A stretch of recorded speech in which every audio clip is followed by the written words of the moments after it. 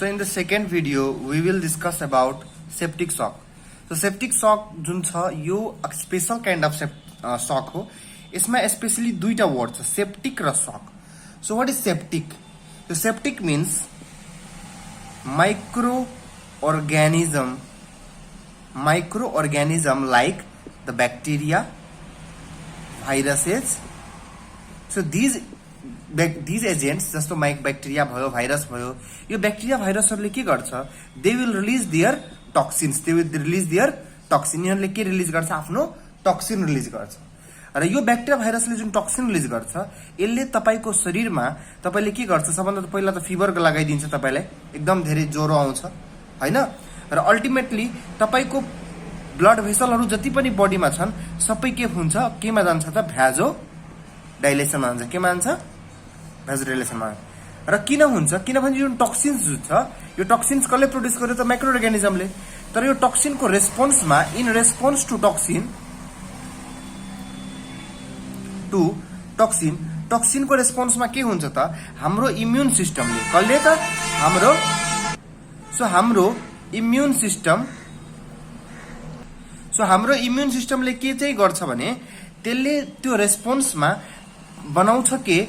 हाम्रो immune system मतलब हाम्रो बडीमा भएको जति पनि इन्फ्लामेटरी सेल्सहरु छ, त्यो इन्फ्लामेटरी सेल्सहरुले के प्रोड्युस गर्छ त? साइटोकाइन्स. के प्रोड्युस गर्छ रे? साइटोकाइन्स. र यो साइटोकाइन्सहरुले के गर्छ त? भ्याजोडाइलेसन गराउँछ. सो एउटा साइटोकाइन्सले एउटा त काम गर्छ, फिभरै गराइदिन्छ, र अर्को काम के गर्छ? एकदम धेरै भ्याजोडाइलेसन. अब तपाईहरुले अलरेडी पढिसक्नु भएको छ, भ्याजोडाइलेसन धेरै भयो भने ब्लड प्रेसर के हुन्छ? कम. यदि बीपी कम हुन्छ भने तपाईको बीपी कम भयो भने तपाईको अब के भन्छ? हरेक अर्ग्यानमा ब्लड कम जान्छ कि बढी जान्छ? obviously कम जान्छ. ब्लड प्रेसर कम छ. सो ब्लड प्रेसर डिक्रिज छ भने ब्लड फ्लो टु अर्गेन्समा जाने ब्लड फ्लो कम हुन्छ कि बढी? कम हुन्छ. सो अर्ग्यानमा जाने ब्लड फ्लो कम भयो भने त्यो अर्ग्यानले राम्ररी काम गर्छ कि राम्ररी काम गर्दैन? राम्ररी काम गर्दैन. सो त्यो अर्ग्यानको के भइहाल्छ? अल्टिमेटली अर्ग्यानको फेलुअर भइहाल्छ. के भइहाल्छ? यानी कि त्यो अर्ग्यान राम्ररी काम गर्थ्यो, अर्ग्यान फेल भइहाल्छ. सो एक्जाम्पलको लागि हार्टमा जाँदैन, हार्ट फेल भइहाल्यो, ब्रेनमा जाँदैन, ब्रेन फेल भइहाल्यो, किडनीमा जाँदैन, किडनी फेल भइहाल्यो. यसरी तपाईलाई मल्टी अर्ग्यान फेलुअर हुन्छ. के हुन्छ? Multi organ failure. So ultimately के भइरा हुन्छ त? MODS. के भइरा हुन्छ रे? MODS modes. के भइरा हुन्छ रे?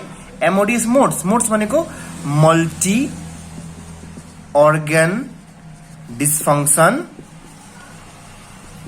भनेको काम नगर्न सिन्ड्रोम. यानी कि एकैपल्ट विभिन्न अर्ग्यानहरुले, जस्तो एक्जाम्पलको लागि हार्टले, लिभरले, किडनीले, ब्रेनले, यस मल्टिपल अर्ग्यानले एकैचोटी काम गर्न छोड्छ के. सो यो अवस्थालाई हामी के भन्छौं? मोड्स भन्छौं. अब यो भाइटल्स अर्ग्यानहरुले काम गर्न छोड्यो भने तपाई कहाँ जानुहुन्छ? तपाई स्वर्ग जानुहुन्छ. यानी कि पेशेन्टको के भइहाल्छ? डेथ भइहाल्छ. यानी कि सेप्टिक शक इज एकदम भेरी डेन्जरस शक, जसले मान्छेलाई कहाँ लगिदिन्छ त? स्वर्गै लगिदिन्छ. यानी कि डेथमा जानुहुन्छ, हैन? So septic shock is a type of shock where the person will be having a kind of infections. पहिला इन्फेक्सन हुन्छ, कुनै ब्याक्टेरियाको भाइरस हो, र त्यो ब्याक्टेरिया भाइरसको इन्फेक्सनको कारणले गर्दाखेरि शरीरमा इन्फ्लामेटरी रेस्पोन्स जेनेरेट हुन्छ, र त्यो इन्फ्लामेटरी रेस्पोन्समा के प्रोडक्सन हुन्छ? साइटोकाइन्स. र त्यो साइटोकाइन जुन प्रोडक्सन भयो, that cytokine will lead to the fever. एउटा फिभर पनि गराइदियो. अर्को कुरा, त्यो साइटोकाइन्सले फिभर त गरायो, प्लस के भइदियो? भ्याजोडाइलेसन गराइदियो. बीपी कम भयो, हरेक अर्ग्यानमा ब्लड प्रेसर कम भएर त्यहाँ बडी अर्ग्यानले काम गर्छ त. सो मल्टी अर्ग्यान फेलुअरतिर गयो, हैन? त्यसलाई हामी मोड्स पनि भन्छौं. र अल्टिमेटली मान्छेको के भयो? डेथ भयो. So this is the thing, main concept of septic shock. So मैले तपाईहरुलाई सेप्टिक शकको कन्सेप्ट त बुझाए, तर किन लाग्छ सेप्टिक शक? के चाहिँ कारण छ त? मैले कारणमा के भने थिए? Micro organism. के भने थिए मैले? Micro organism. के भने थिए रे मैले? Micro organism. सो यो माइक्रो अर्गानिजम जुन छ, यो माइक्रो अर्गानिजमले कसरी, कुन माइक्रो अर्गानिजमले गराउँछ त? जस्तो तपाईले सुन्नुभयो होला, निमोनिया भएपछि मान्छे मर्छ नि. सो निमोनिया भएपछि ब्याक्टेरिया हुन्छ, स्ट्रेप्टोकोकस निमोनिया. त्यसले तपाईको लङमा गएर इन्फेक्सन गराइदिन्छ र त्यहाँ लङबाट पुरै बडीमा इन्फेक्सन फैलिहाल्छ र इन्फेक्सन फैल्यो भने त्यसले इम्युन रिस्पोन्स साइटोकाइन बढाउँछ, भाइरलाइजेसन हुन्छ र मान्छेको डेथ हुन्छ। सो एउटा त्यो निमोनिया भइ नै हाल्यो। अर्को के हुन सक्छ? अर्को हुन सक्छ तपाईलाई युरिनरी ट्र्याक्ट इन्फेक्सन। अर्को के हुन सक्छ? टाइफोइड। अर्को के हुन सक्छ? अर्को के हुन सक्छ? मेनिन्जाइटिस। के रे? मेनिन्जाइटिस यानी कि ब्रेनको मेनिन्जाइटिसको इन्फेक्सन। अरू डिफ्रेन्ट काइन्ड अफ इन्फेक्सनले तपाईले के गराइदिन्छ त अल्टिमेटली सेप्टिक सक। यानी कि कुनै पनि इन्फेक्सन यदि तपाईले ब्याक्टेरिया भाइरल जे पनि इन्फेक्सन होस् यदि तपाईले ट्रिट गर्नु भएन समयमा ठीक गर्नु भएन भने त्यो इन्फेक्सनले के गराउन सक्छ? सेप्टिक सक गराउन सक्छ। कुन सक गराउन सक्छ? सेप्टिक सक। र यो एकदम लाइफ थ्रेटनिङ अवस्था भइहाल्छ। मान्छे एकदम चाँडैमा मान्छे स्वर्ग जान सक्छ। सो अब हामी कुरा गर्छौं म्यानेजमेन्ट अफ सक। के त? म्यानेजमेन्ट अफ सकलाई कसरी म्यानेज गर्ने त? सबभन्दा पहिला सकलाई हेर कुनै पनि कुरालाई म्यानेज गर्नुभन्दा पहिला त्यो कुरालाई चिन्नु त पर्यो नि, अनि त तिमी म्यानेज गर्छौ नि।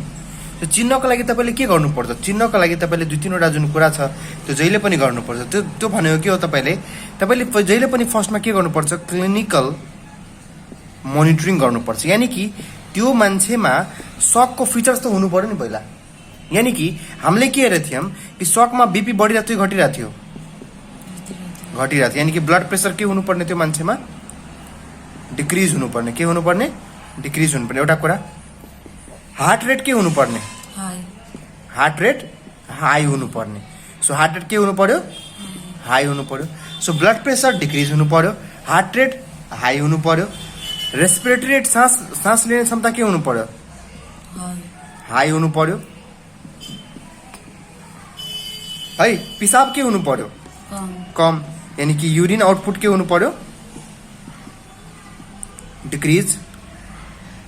सो कुनै पनि व्यक्तिमा यदि बीपी लो छ, हार्ट रेट हाई छ, रेस्पिरेटरी रेट हाई छ, सो तपाईले के भयो त? यूरिन आउटपुट पनि डिक्रिज भयो। सो यो कुराहरू हेरेर हामी के भन्छौँ र यदि त्यो मान्छेमा यदि सेप्टिक सक छ भने टेम्परेचर पनि के हुन्छ? त्यो मान्छेलाई फिभर लाग्छ नि त, टेम्परेचर पनि इन्क्रिज हुन्छ। सो यो कुराहरू छ भने हामी के बुझ्न सक्छौँ? पेसेन्ट केमा छ त? सकमा छ। सो हामीले सबभन्दा पहिला पेसेन्ट सकमा छ कि छैन भनेर हामीले पहिला कन्फर्म गर्ने। एकचोटि हामीले कन्फर्म गरिसक्यो कि पेसेन्ट सकमा छ, त्यसपछि तपाईले के गर्नुस्?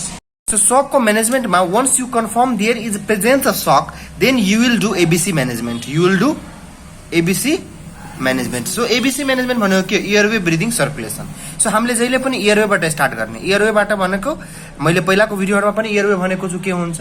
एयरवे भनेको त्यो मान्छेले अहिले उसको जुनमा नाकदेखि लिएर लङ्ससम्मको जुन बाटो छ हैन, उसको नोज टु लङ्ससम्मको जुन रिजन छ त्यो रिजन पूरा काम गरिरहेछ कि छैन, त्यो रिजन प्याटर्न छ कि छैन, त्यो रिजनले मजाले एयर आउने र जाने कुरा भइरहेछ कि छैन। सो त्यो कुरालाई हामी भन्छौँ एयरवे। यानी कि त्यो एयरवे छ कि छैन ठिक, त्यो कुरा बुझ्नु पर्छ। त्यो कुरा बुझ्नको लागि हामीले यदि उसको एयरवे नै गडबड छ भने कि त हामीले उसको अब उसलाई इन्ट्युबेसन गर्नु पर्यो। इन्ट्युबेसन यानी कि तपाईले के गर्नु पर्यो? इन्डोट्र्याकियल इन्ट्युबेसन गर्नु पर्यो। के गर्नु पर्यो? इन्डोट्र्याकियल इन्ट्युबेसन। सो यो पिक्चरमा तपाईलाई देखाइरहेको छु इन्डोट्र्याकियल इन्ट्युबेसन।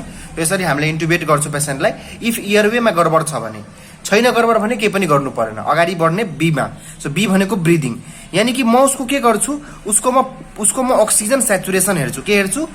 Oxygen saturation. यानी कि उसको ब्लडमा जुन ब्लड छ त्यसमा अक्सिजन कति मात्रामा छ। नर्मली हामीहरूको ब्लडमा अक्सिजन 100% हुन्छ। यदि अक्सिजन घट्न थाल्यो भने यसको मतलब उसले अक्सिजन राम्रो लिइरा छैन र उसलाई अक्सिजन जति चाहिन्छ त्यति पुगिरा छैन। सो तपाईले बाहिरबाट अक्सिजन दिनुपर्छ कि पर्दैन? सो ब्रिदिङ यदि गडबड छ भने हामीले अक्सिजन पनि दिनुपर्छ। सो अक्सिजन सप्लिमेन्टेसनको लागि हामी अब अक्सिजन डिफ्रेन्ट मेथडबाट दिन सक्छौँ। हामी मास्कबाट अक्सिजन दिन सक्छौँ हैन, हामी डाइरेक्ट तपाईले के गर्न सक्छौँ? क्यानुलाबाट अक्सिजन दिन सक्छौँ, नेजल क्यानुलाबाट। सो यो पिक्चरमा म देखाइरहेको छु मास्क र नेजल क्यानुला, यिनीहरूबाट पनि अक्सिजन दिन सकिन्छ। र lastly but not the least हामी सर्कुलेसनमा कुरा गर्छौँ। सर्कुलेसन भनेको यदि उसलाई कुनै पनि बडीमा ब्लिडिङहरू कतैबाट ब्लिडिङ भइरहेछ, कतैबाट रगतहरू बगिरहेछ भने सबभन्दा पहिलो काम छ उसको ब्लिडिङलाई रोक्न। यानी कि stop the ongoing bleeding, stop the ongoing ongoing भनेको अहिले भर्खरै कुनै ठाउँबाट लाग्छ उसको खुट्टा काटेर भटाभट रगत गइरहेछ भने त्यसलाई पहिले रोक्नु पर्यो नि, हो कि होइन? So stop the ongoing bleeding. एकचोटि तपाईँले यो 3टा प्रोसेस गर्नुभयो भने अब तपाईँले के गर्नुहोस्, उसको 2टा वाइड बोर्ड आइभी क्यानुला खोल्नुहोस्। अब सर्कुलेसनमा तपाईँले के गर्नु पर्यो, त्यो पेसेन्टलाई आइभी फ्लुइड्स दिनु पर्यो। के गर्नु पर्यो? इन्ट्राभेनस, आइभी भनेको इन्ट्राभेनस फ्लुइड सप्लिमेन्टेसन गर्नु पर्यो। सो पानी यानी कि सिम्पली हाम्रो भाषामा त्यसलाई भन्छौँ हामी पानी चढाइदिनु, होइन? सो उसलाई के गर्छ? पानी चढाउँछ। अब ब्लडहरू धेरै बगेको छ भने तपाईँले ब्लड ट्रान्सफ्युजन पनि गर्न सक्नुहुन्छ। ब्लड ट्रान्सफ्युजन भनेको रगत बगेछ भने रगतै चढाइदियो, होइन? तर तपाईँले जति बेला रगत चाहिन्छ त्यति बेला रगत नभेट्न सक्छ। सो त्यो बेलासम्म तपाईँले के चढाउनुहुन्छ? पानी चढाइदिनुहोस्। अब पानी पनि डिफ्रेन्ट तरिकाको हुन्छ। तपाईँ क्यानुला लगाएको त सबैको हेर्नुभयो होला कसरी क्यानुला लगाउँछ, होइन? गुड। ल त्यो हेरिसकेपछि अब त्यहाँबाट पानी चढाएर हुन्छ, तपाईँहरूलाई थाहै छ। त पानी के चढाउन सकिन्छ त? रिङ्गर ल्याक्टेट चढाउन सकिन्छ। के चढाउन सकिन्छ? रिङ्गर्स ल्याक्टेट चढाउन सकिन्छ। नर्मल सलाइन चढाउन सकिन्छ। के चढाउन सकिन्छ? Normal saline. So ringer lactate, normal saline, dextran, होइन? सो यो 4-5वटा तपाईँले बुझ्नुहोस् कि यो 4-5वटा तपाईँको फ्लुइड्सहरू छ। जस्तो अर्को हुन्छ डेक्स्ट्रोज डिएनएस भनेको डेक्स्ट्रोज नर्मल सलाइन, होइन? सो यो पानीहरू तपाईँले चढाउन सक्नुहुन्छ सुरुवाती अवस्थामा। र यदि ब्लिडिङ हेमरेजिक सक छ, यदि तपाईँलाई हाइपोभोलेमिक सक छ, यदि रगत बगेर सकमा गएको छ भने तपाईँले रगतै चढाउनु पर्छ लास्टमा, ठिक छ? तर सुरुवाती अवस्थामा यो फ्लुइडहरू चढाउँछु पेसेन्टलाई, यानि कि फ्लुइड सप्लिमेन्टेसन दिन थाल्छु, ठिक? कति बेलासम्म दिन्छु? जबसम्म उसको बिपीहरू फेरि नर्मल नभइहालोस्, जबसम्म उसको हार्ट रेटहरू फेरि नर्मल नभइहालोस्, त्यति बेलासम्म दिन्छु, ठिक छ? यति गरिसकेपछि कुनै पनि सकको पेसेन्ट आयो भने सुरुमा तपाईँ यति काम गर्नुहोस्। त्यसपछि तपाईँले डेफिनेटिभ म्यानेजमेन्ट जानुहोस्। केमा जानुहोस्? Definitive management. त्यो थियो इनिसियल म्यानेजमेन्ट, यानि कि सुरुवाती अवस्थामा जे सक भएर आएछ त्यति काम गरिहाल्नुहोस्। अब डेफिनेटिभ भनेको यदि सेप्टिक सक छ मान्छेलाई भने सबभन्दा मेन कुरा के हो? इन्फेक्सन। त तपाईँले के दिनु पर्यो? एन्टिबायोटिक्स। सो त्यति बेलामा एन्टिबायोटिक दिन्छु। यदि कोही हेमरेजिक सक लिएर आएको छ भने, यानी कि ब्लड बगेर सकमा गएको छ भने म के चढाउँछु त्यसलाई? Blood transfusion. अब कोही मान्छे मान्नु तपाईँले कार्डियोजेनिक सक छ, हार्ट फेलुअर भएर आएको छ भने मैले के गर्नु पर्यो? हार्ट फेलुअरमा हामीले पढेको छु आयोनोट्रोपिक ड्रग्सहरू, होइन? सो मैले उसलाई आयोनोट्रोपिक ड्रग दिनु पर्यो, यानी कि हार्टलाई कन्ट्राक्सन गराउने ड्रग दिनु पर्यो। डिजिटालिस, डिजोक्सिनहरू, होइन? हो, डोबिटामिन, डोपामिन, होइन? सो त्यस्तोहरू मैले दिनु पर्यो, है? त सेप्टिक सकमा यो दिनु पर्यो। एनाफाइलेक्टिक सक, अब कसैलाई मानौ कि एनाफाइलेक्टिक सक छ भने, होइन? अब मानौ कसैलाई एनाफाइलेक्टिक सक छ भने, एनाफाइलेक्टिक सकमा सबभन्दा मेन कुरा त हिस्टामिनको थियो। त तपाईँले एन्टिहिस्टामिनिक ड्रगहरू दिनु पर्यो, एन्टिहिस्टामिनिक दिनु पर्यो। त एन्टिहिस्टामिनिक ड्रग के हुन्छ? जस्तो लिभोसिट्रिजिन, सिट्रिजिन, फेक्सोफेनाडिन, सुन्नुभयो होला नि, होइन? लिभोसिट्रिजिन, फेक्सोफेनाडिन। So this is the I mean the definitive management. लास्टमा तपाईँले गर्नु पर्यो डेफिनेटिभै म्यानेजमेन्ट, होइन? त सेप्टिक सकको लागि एन्टिबायोटिक दिने, हेमरेजिक सकको लागि ब्लड दिने, कार्डियोजेनिक सकको लागि आयोनोट्रोपिक डिजेन दिने, एनाफाइलेक्टिक सकको लागि एन्टिहिस्टामिनिक दिने, र अर्को मेन ड्रग कहिले नबिर्सिनु, एड्रिनालिन दिने। के दिने? एड्रिनालिन। याद राख्नुहोस्, ए for anaphylactic shock, A for adrenaline. So the choice of drug for the anaphylactic shock is adrenaline, and second choice of drug is antihistaminic. Okay.